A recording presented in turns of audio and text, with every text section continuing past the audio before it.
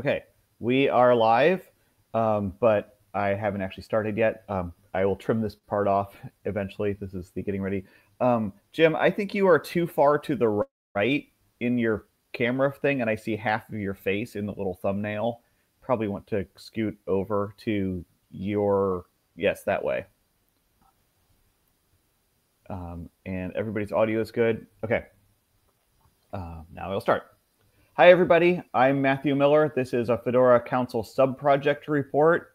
Basically, we normally have meetings in IRC for the Fedora Council, but every month or so we do a video meeting where we take some aspect of the project and have somebody give us a presentation on what they're working on, what problems that part of the project is running into that the council can help with, what the future plans are, and all of those things. Today we have Jim Perrin here with us from the Community Platform Engineering team. This is a team at Red Hat that does a lot of work for Fedora. This part of this team used to be called the Fedora Engineering team inside of Red Hat. This is pulling back the Red Hat curtain a little bit.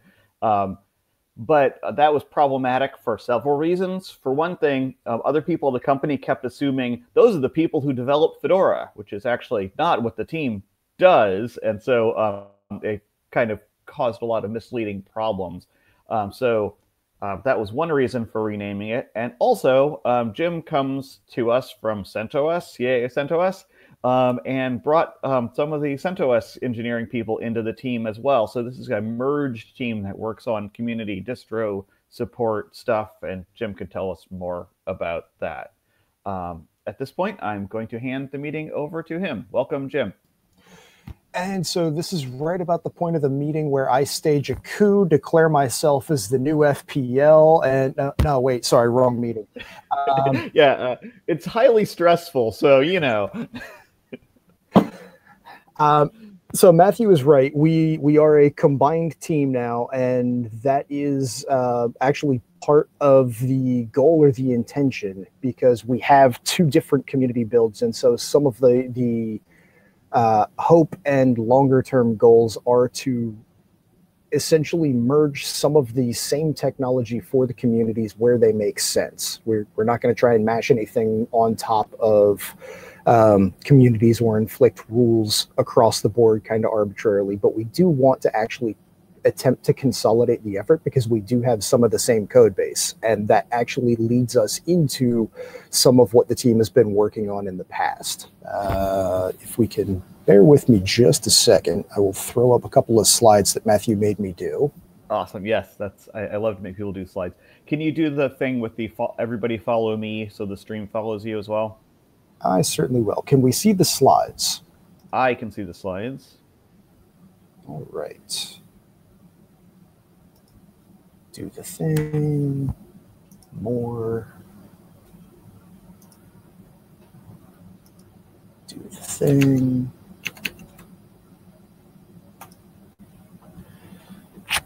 All right. Please tell me everybody sees a big gray screen that says Community Platform Infra. Yes, looks good. Excellent.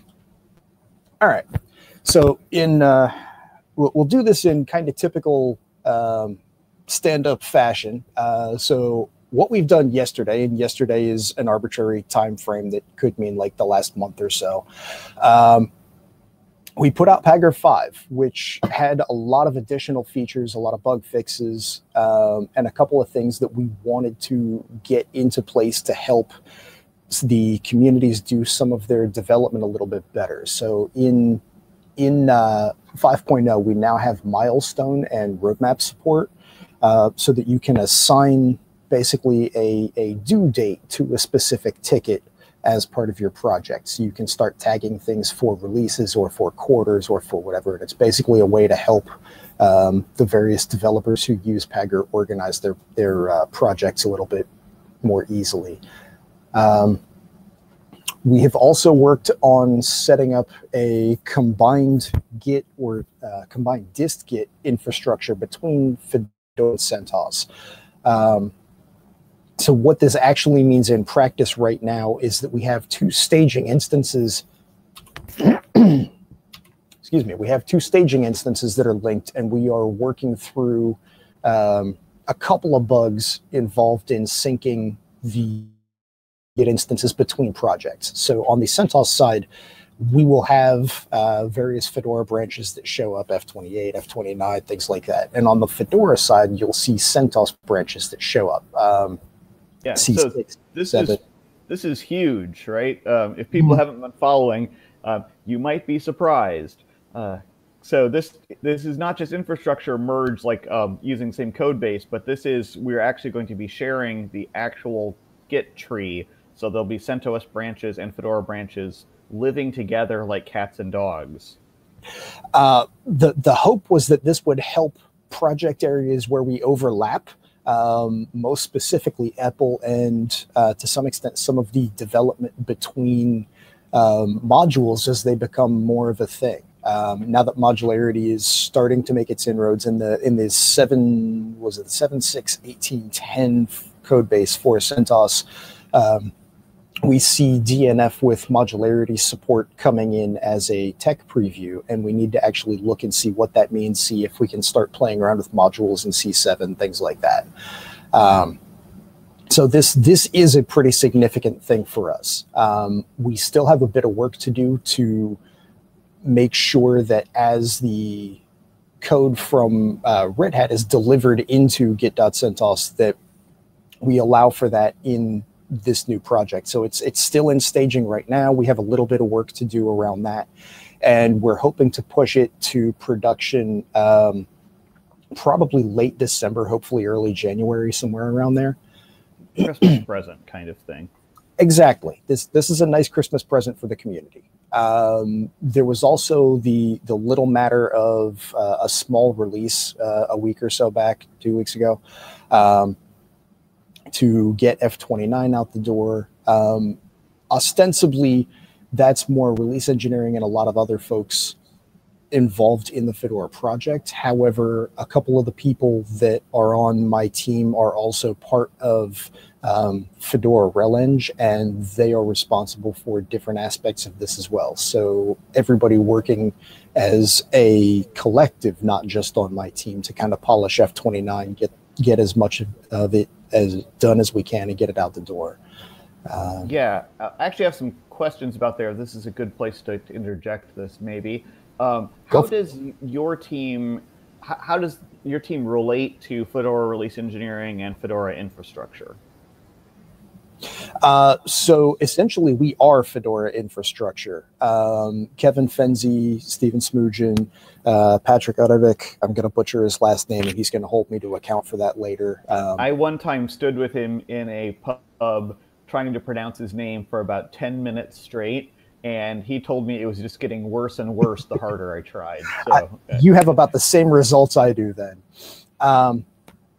So what the way that the teams are organized, there's actually one person, we're hoping to add a second soon, who work for Paul as Fedora release engineering. The infrastructure teams, the hardware, the machine control, all of the lower level components that people expect to just work, that's all handled by my team. And so we have a lot of work to do around keeping those online, getting the Bodhi pieces tagged, getting the release structures in place. That sort of stuff is kind of, it's all of the lower level, quote, work that gets done kind of behind the scenes to help get the distro out the door.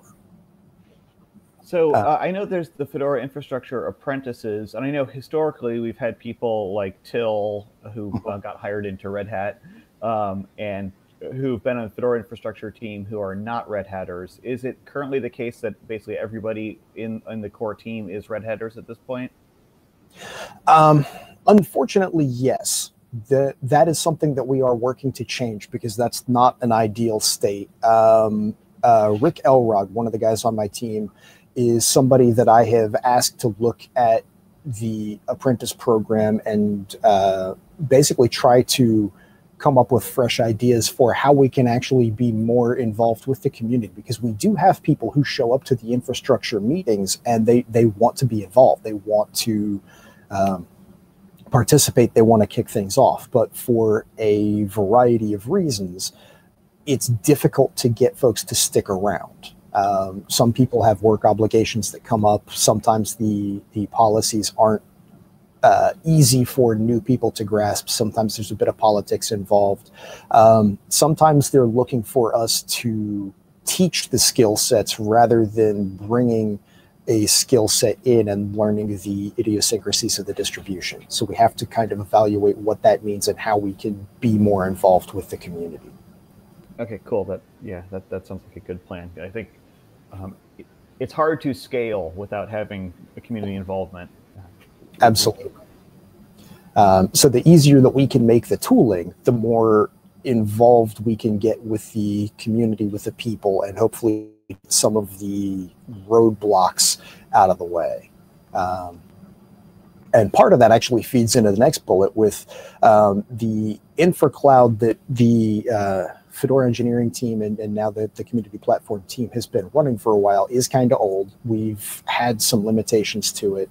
And so we've been evaluating options. We looked at a couple of different virtualization platforms, and we ended up choosing OpenStack largely because of some inherent limitations in the data center.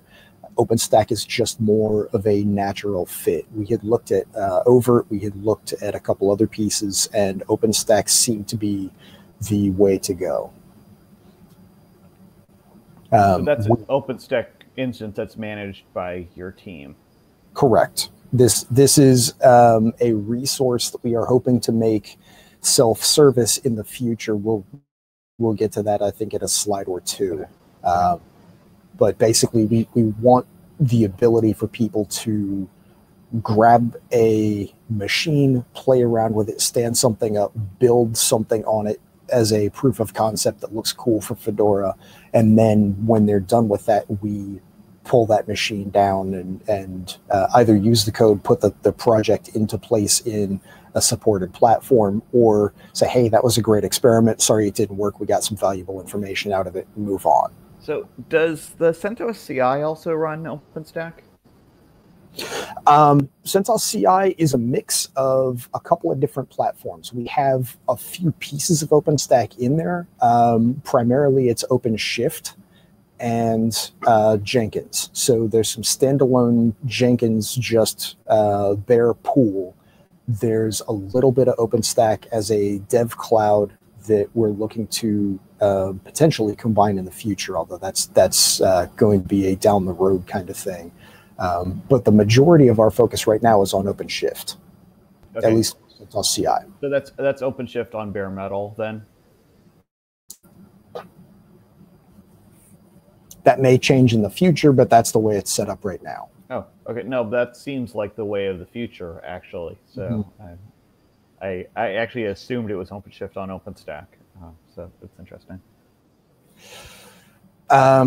One of the other things that we had done was to support, so as we were talking about the tooling for Fedora RHEL-Eng, they have a Taiga instance that was stood up a couple of years ago. It actually lives in the infra cloud right now, along with Copper and a couple other pieces. And Let's tell people what Taiga is in case they don't know. Taiga is a Kanban-style development tool that works very similarly to Trello, although if the Taiga developers hear me say that, they probably won't be too happy about it. I'd say Taiga is more development-focused, more project-focused, whereas Trello is very wide open. Trello is like a whiteboard or a cardboard, and you can use it for anything. Whereas Taiga has kind of some software development assumptions built into it, I think. That is fair, yes. So in order to support the RHEL-Eng instance a bit better, we rewrote the authentication module to support some of the more single sign-on-y type features of FAST that we have right now with OIDC. So instead of putting in your FAST username and password directly, you sign in once, you get your credentials, you go into the Taiga instance, and you're able to just authenticate. It's a little more secure. It's not the fancy, sexy work of, oh, hey, we just rolled out this new service. It's the incremental plumbing to get things done to help things work in a more secure fashion. Yes, tepid progress for the somewhat better. That's what we're all about. And then more recently, we've had Petr Bokac on my team has put some effort into getting the documentation site content better organized, slightly better arranged, helps with the content generation for it. And he is tasked with basically rebooting the documentation effort within Fedora to help make the docs better and help get people engaged with the documentation project as a whole. Awesome. Do you know the state, speaking of CI for that? Because as I understand it, it's still ping Adam Shamalik when you want your documents published, and that doesn't scale very well because, like many of our Adams in the Fedora project, there's not enough. So we just need more Adams? Yes, that's one of the main things we could do. We could just have an Adam replicator. We could get a lot more done. So the state of that right now is exactly as you say. It is currently ping either Adam Shamalik or Petr for the content updates, which doesn't scale. It is something that we are working on fixing. It should be a reasonably straightforward thing to do. We just haven't necessarily had the cycles to accomplish that yet. It is on the list of things that Petr is supposed to take care of. So that should be coming soon, hopefully. The next time that we do one of these, that should be on the list of what we've done. If only there was some sort of Kanban board where we had all this stuff organized. Right? Which Petr was that? Petr Bokac. Oh, okay. So if we move into what we're doing, right now we have the InfraCloud being upgraded to the OpenStack Platform 13. We've got some new hardware, which will give us some additional resources. It is not completely new hardware. Once we have done the migration, some of the old hardware will be retrofitted back into the new instance to kind of give it a little bit of extra life and help us sustain things moving forward. The combined actual git.centos and source.fedoraproject.org.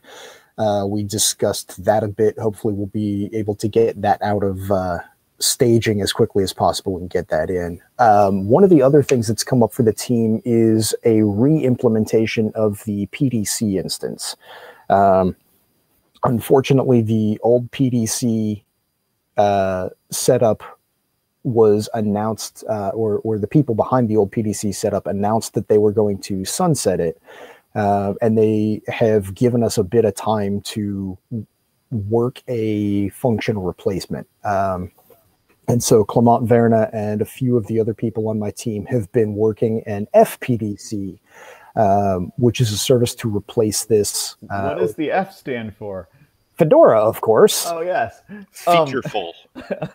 So for people who don't know, PDC is Product Definition Center, and it's basically a database that serves as source of truth for things like release lifecycle and module lifecycle, and got kind of overloaded with a bunch of things like that.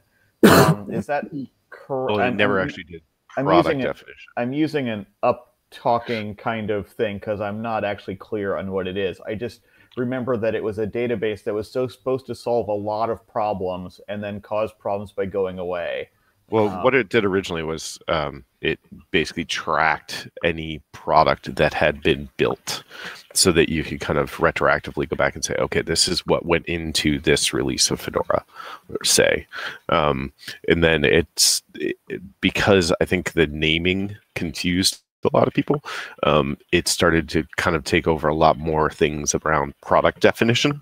Right. Well, if you name it product definition, right, but it just didn't mean product definition in the same way. So as we're moving forward with this, one of the things that we are doing is to tie it in with our Ansible setup so that we can actually pull variables and define current release, next release, things like that. which should make the automation of the various toolkits a little more effectively. It means that we can use variables to define projects as we're moving forward. It helps us streamline things a bit to ease some of the burden on the RelEng folks, things like that. That would be cool. We could pull that into the docs too, because there's a lot of places in the wiki right now where there's a current release macro, and we don't actually have that in the new docs system. So it'd be kind of cool to feed the documentation from that same source of truth. Exactly. So this is a way to kind of streamline this and put FPDC in place in a way that PDC was meant to hit but never quite achieved. Moving on from that, Aurelian took up a project that Jeremy Klein had been working on for a while for replacing FedMessage with Fedora messaging. And excuse me, what this is designed to do is move us toward a more standards compliant message bus and put us back to, I believe it's RabbitMQ based, into a more consistent thing rather than one that we've kind of written ourselves and bolted in. So this is more of a framework around a standard messaging bus that we can use as a better, less resource intensive setup. And this will also have a follow-on effect of changing the oh shoot, I'm blanking on the term for the FedMessage viewer thing, where you can data grepper, data nommer. No, it's one of the other things that's out there. Basically, we're killing two tools, replacing it with one, and adding some different features. Since I cannot remember the name of it, I will wait to describe it further. But we have that in the staging environment available for developers to start linking against now. And we will be pushing that into production side-by-side FedMessage to give people a bit of time to migrate. And then after the migration time is announced, then we'll establish a cutoff time for the old FedMessage, making sure that people have enough transition time, that we're available to help them transition, and then we'll sunset FedMessage. Yeah, I think this is interesting, especially I was just at the LISA conference, Large Installation Systems Administration, and everything was about serverless. And it occurred to me that Fedora with FedMessage and a message bus architecture for a lot of our infrastructure is kind of ahead of the game when we started with that, but our infrastructure hasn't kept up. So investments in doing stuff as message bus, service broker architecture, it would be nice for Fedora to be at those conferences talking about the cool stuff we're doing on the cutting edge of systems administration again. Absolutely. So once we get some of this in place, then we'll be able to start doing that. I believe we have there are a couple of presentations that were submitted to DevConf CZ from my team about things like this. But I believe the last email that I saw said we have to wait until December or something to find out if they are accepted. So the next time we do one of these, we might have some information. I was the track captain for that, but it turned out I wasn't doing my job. So I asked Ben to take over for me. So, hey, Ben, these seem like important talks. I will go through and do my voting appropriately later today. Thank you, Ben.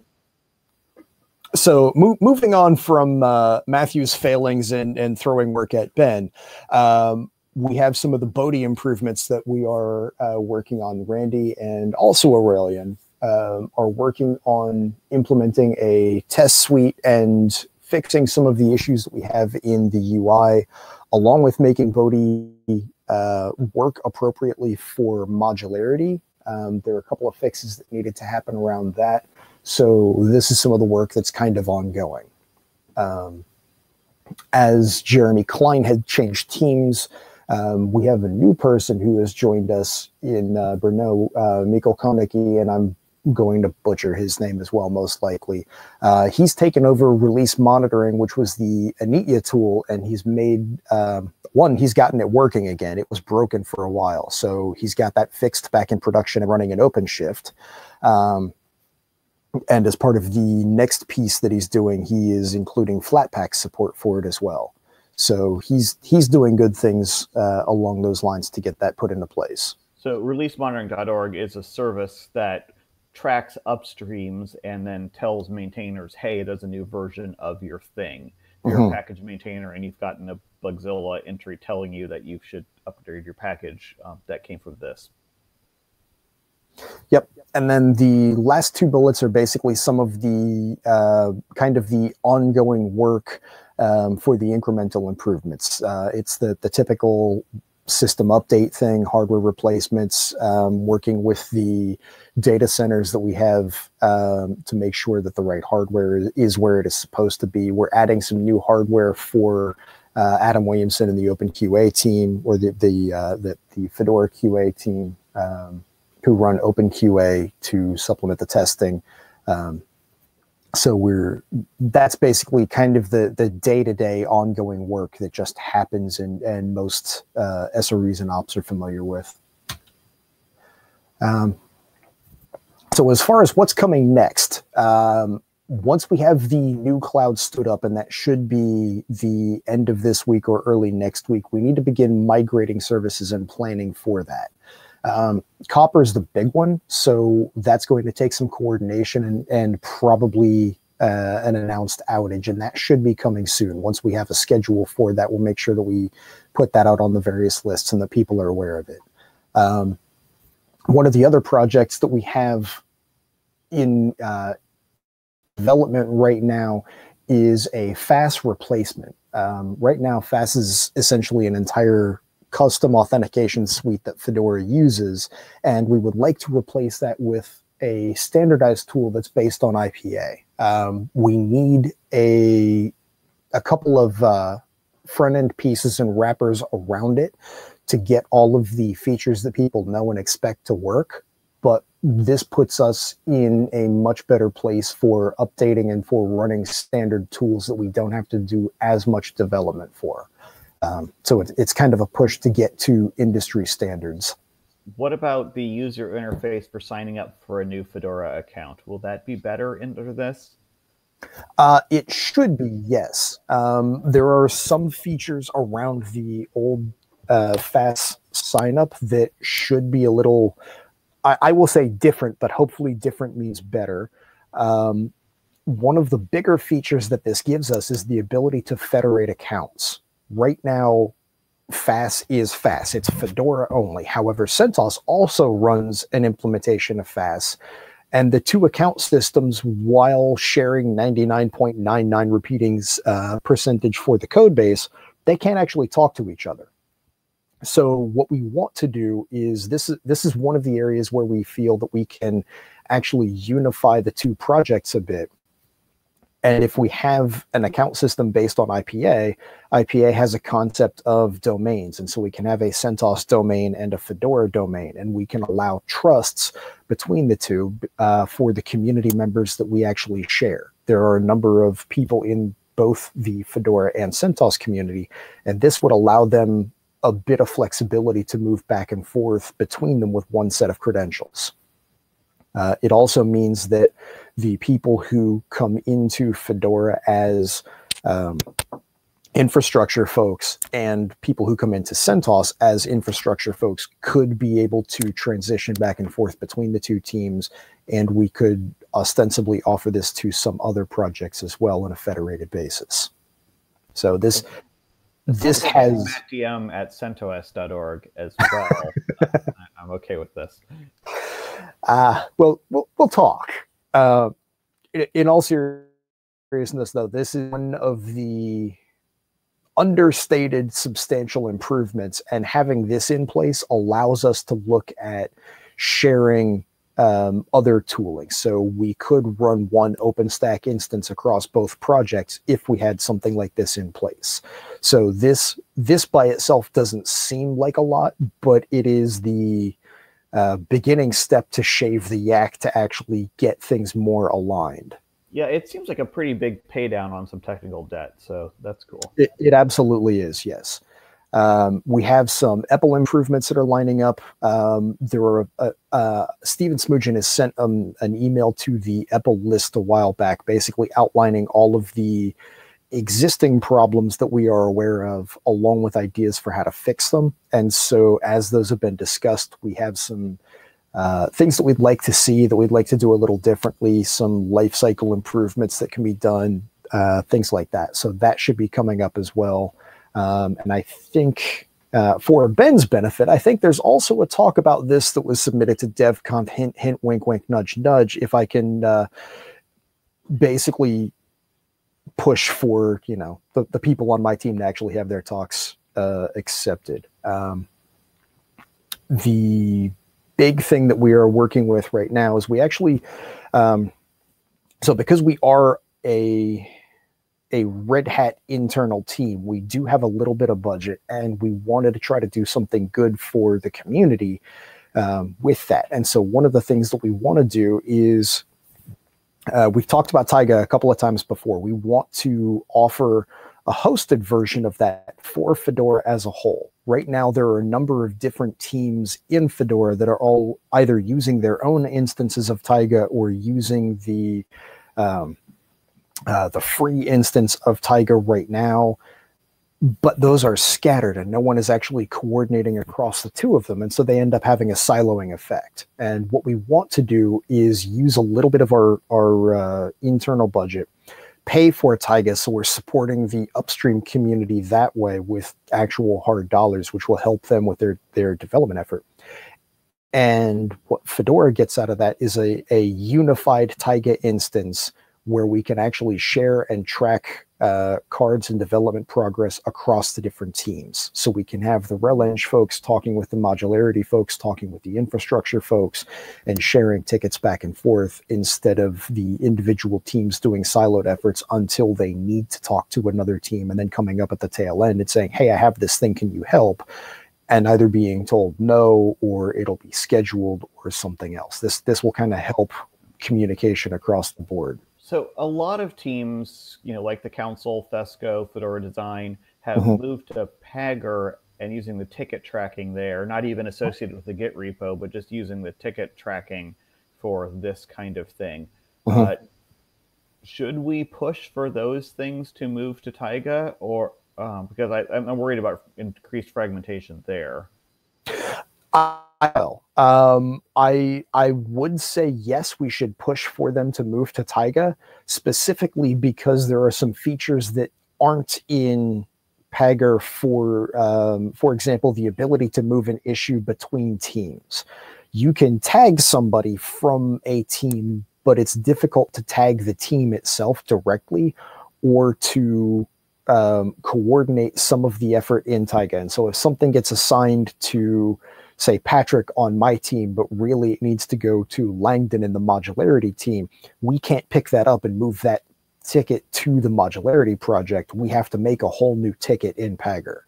So you end up with basically nested linked tickets where the linking is probably broken, or one side is closed off, the other side isn't necessarily aware of it. And Taiga kind of allows for different working and for trading of cards back and forth. So this should streamline things a bit. We do also recognize that this does provide the possibility of fragmentation, and the Pagure developers will probably be looking at how we could at least reference Taiga cards in Pagure. Taiga does have a very nice API function, so that is something that we could pull into Pagure in the future, so that we have a bit of the best of both worlds. But for right now, I would look at moving the development tracking into Taiga, as if you're using Pagure, you're using a source development tool as a project tracking tool, and that's not necessarily ideal. This is using a project tracking tool to track the project, and the development can stay in development. That does seem like a good argument. At the risk of changing it the topic too much. I think the answer to your question is also a little bit of it depends. I think certain transactional things, like code of conduct reports, for example, that come into the council, are better suited for a ticket kind of workflow as opposed to a tracking kind of workflow. Mhm. That's something we'll have to sort of figure out in the near future. But I think there's still space for both of them to be used in the right way. We just have to make sure it's clear to folks how that works. So I would like to thank Ben for a wonderful introduction to the next bullet, because in addition to providing Taiga as a service, we also want to provide documentation, which might be kind of a novel concept to have the documentation landing at the same time as we're making the thing available. But I want to have a stated goal and at least an example workflow for how to use it and what sorts of things are appropriate to use it for. That's not to say that people won't try to use it for something else that suits their purposes, just that we want to provide a bit of guidance and some documentation at the beginning so that people can make the determination and say, hey, this is better suited as an issue in Pagure, or this is better suited as a card in Taiga. As long as they're tied together in some way that it makes it easy to get back and forth. Taiga also has a separate issues tracker that's distinct from the cards, or can be tied to the cards, but they can be seen as issues as well. I kind of wonder if we should look at more of a merged direction in the future, since we have some control over Pagure development, and kind of deprecate Pagure's own tickets in favor of integrating with Taiga.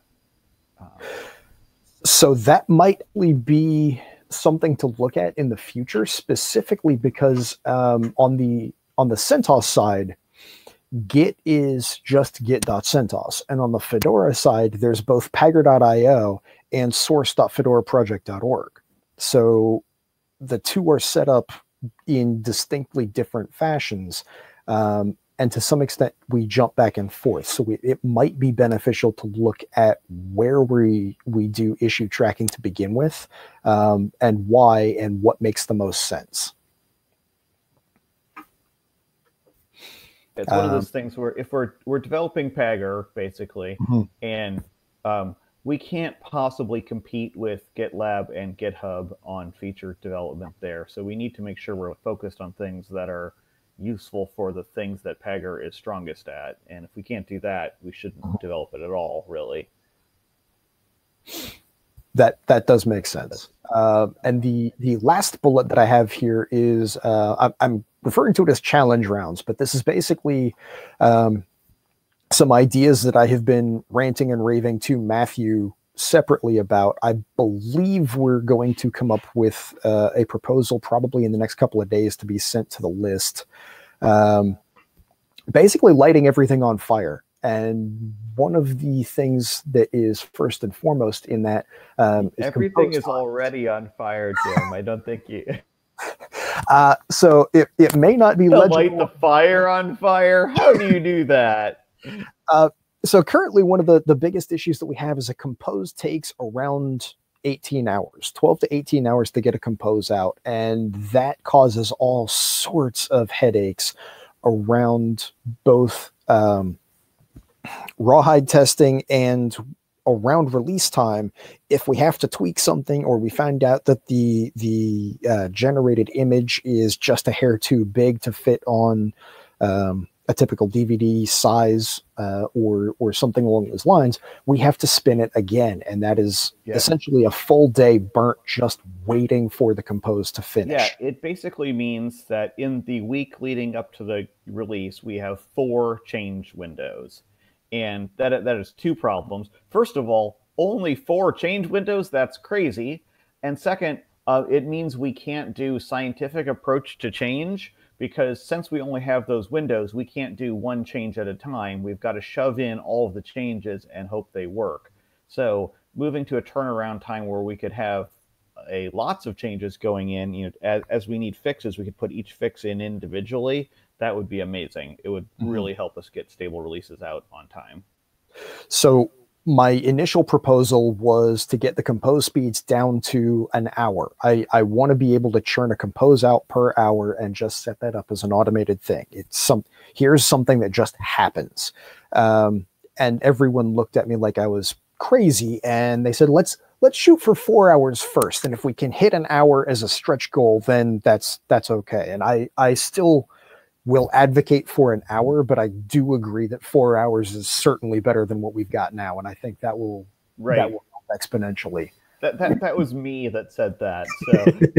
So thanks for not throwing me under the bus. But yeah, no, I mean, we need it faster than that. But 4 hours is a good first step because it lets us do 2 within a work day, a little bit of work day and some coffee.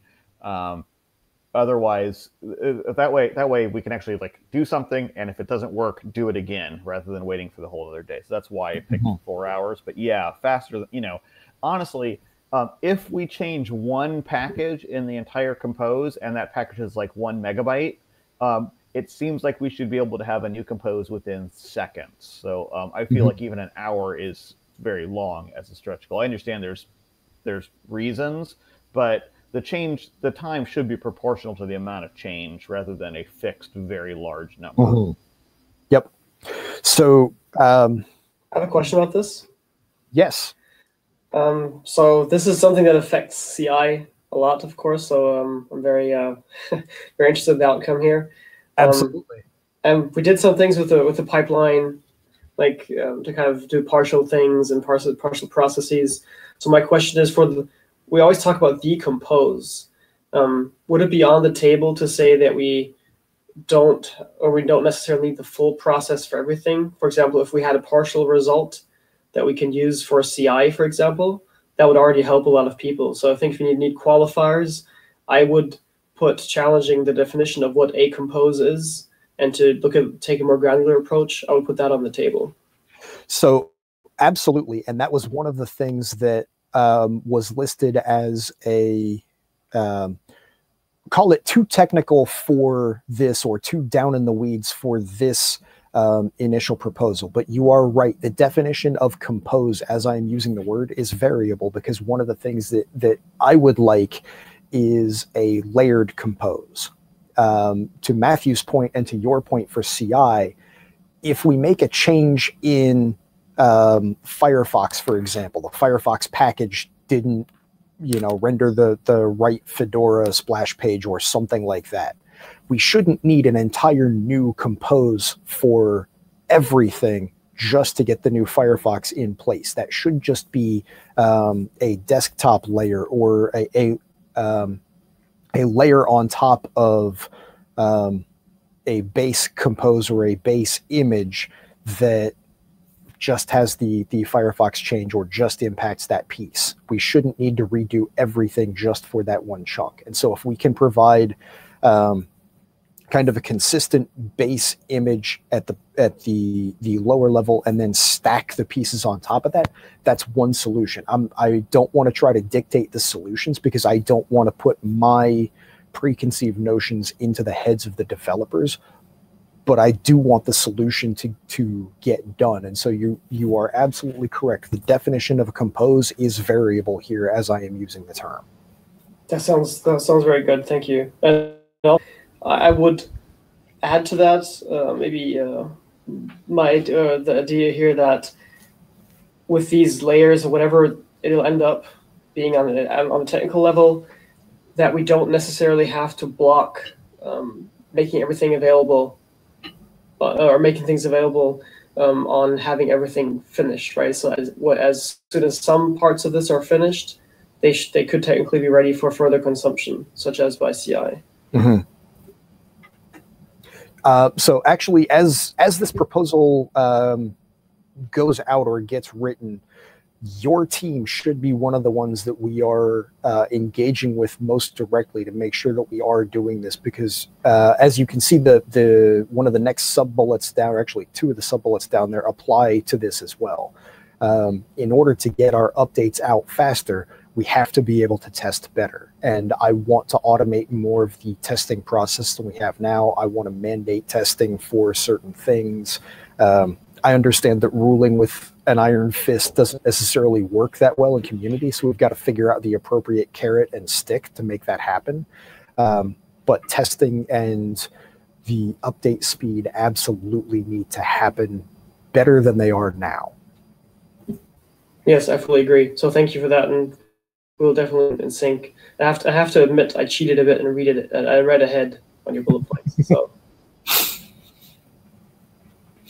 So that, Matthew, do you have any other questions? Anything that you want to throw me under the bus for? I think I've been doing that pretty well all along.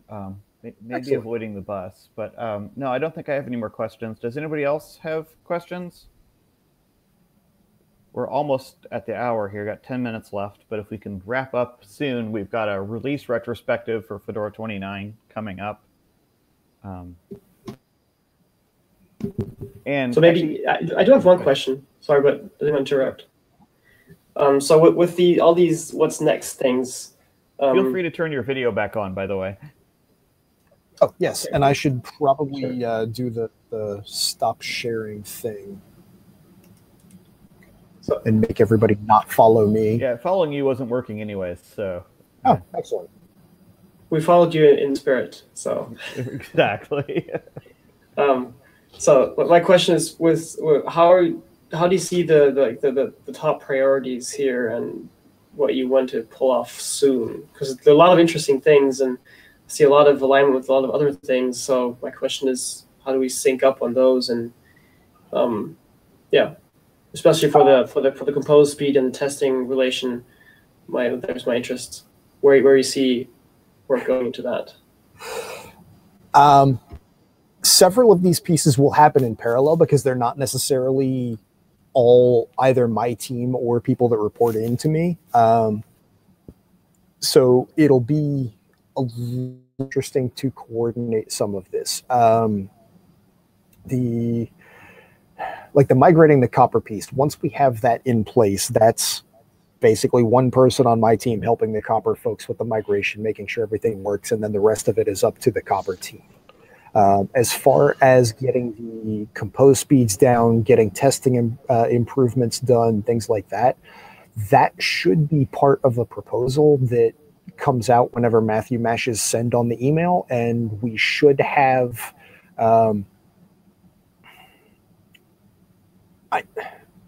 we've got a fair amount of work in the team that has to happen regardless, but getting the compose speeds down is absolutely a priority of mine, and I am putting that kind of at the top of the list. There are going to be changes to Bodhi to make that happen. There probably will be required changes to some of the other tooling, possibly Greenwave, WaverDB, things like that.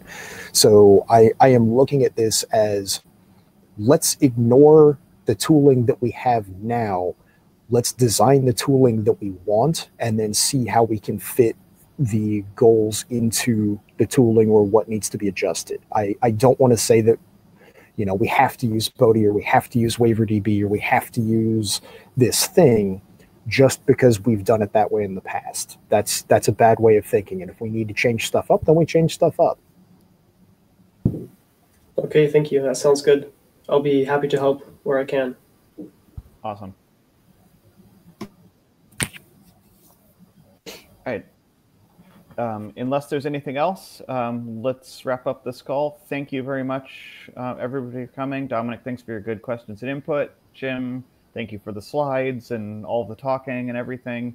Langdon, thank you for snide remarks. Ben, thank you for doing all the work that I don't want to do. It's amazing. What a good team. I did have one. Oh, go ahead. Quick remark. I'm concerned about a proposal, excuse me, to think about things in kind of greenfield. The investment we have in a lot of the components of the infrastructure is significant, and a lot of them are very complex. So I'm just kind of, Jim, that makes me a little bit worried that you're kind of saying, think about it as greenfield. I kind of wonder how are we going to balance those two things. So I don't mean this as it will sound. I do mean this as a positive thing. I'm glad that you're worried about it. I am too. It's going to be But if we say that we need to change and we want to get stuff down, and we say that we can't change it because we put a bunch of effort into this, that's not necessarily going to get us the change that we're after. We have to be willing to look at the tooling, and look at the goal, and then design. I'm not. What is going on with your audio?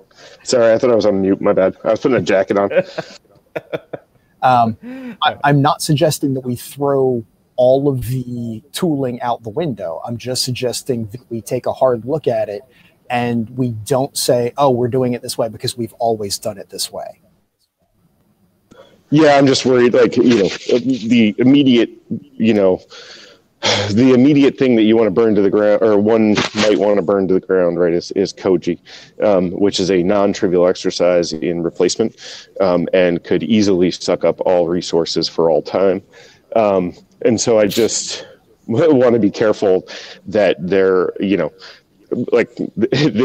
we can't do greenfield. It's very dangerous, and so I just want to make sure that whoever's kind of designing that architecture is looking. I mean, this is kind of what Ralph and I did way back when we started doing modularity. As we looked at what we kind of had, and when we looked at how we could connect the things together in a slightly different way to result in the goal we wanted, rather than what happened. Can we just delete it all and and start over? Right, the second system syndrome problem. Mm-hmm. I don't want us to. I want fresh ideas. I want out of the box type thinking. If I can put on a manager hat and say the typical manager thing with that. At the same time, yes, you are right. Touching Koji would cause issues. There are some tools that they're just going to stay, but if we say, well, we have this thing and we've got Bodhi and Bodhi touches 11 different systems. We can't touch Bodhi, but we want to get update testing out faster. Well, that doesn't work because Bodhi is one of the pieces to getting the updates out. We're going to have to touch some tools, and I'm not going to shy away from doing that if we have to. Yeah, understood. And I mean, I know you to be much more reasonable than the statement, sounded. So I just kind of wanted it on there for the record that, it's as much as we would love to burn everything to the ground and rebuild it, it's usually not a good idea. Yep. So correct me if I'm wrong. I chose to interpret what you said, Jim, as imagine things out of the box, but then figure out a way that iterates on what we have and delivers results without going away for years and designing the beautiful world, right? It's goals resources. We're not going to get unlimited resources for all new things. So I want to design for the goal that we have and then take a look at the tooling that's available and see what makes the most sense. Mm-hmm. Yeah. So anyway. That makes sense to me. Again, thank you, everybody. And I will see many of you at the release retrospective meeting in a few minutes that Ben is running, also in Jitsi. Bye, everybody. Bye, Thank you. Everyone.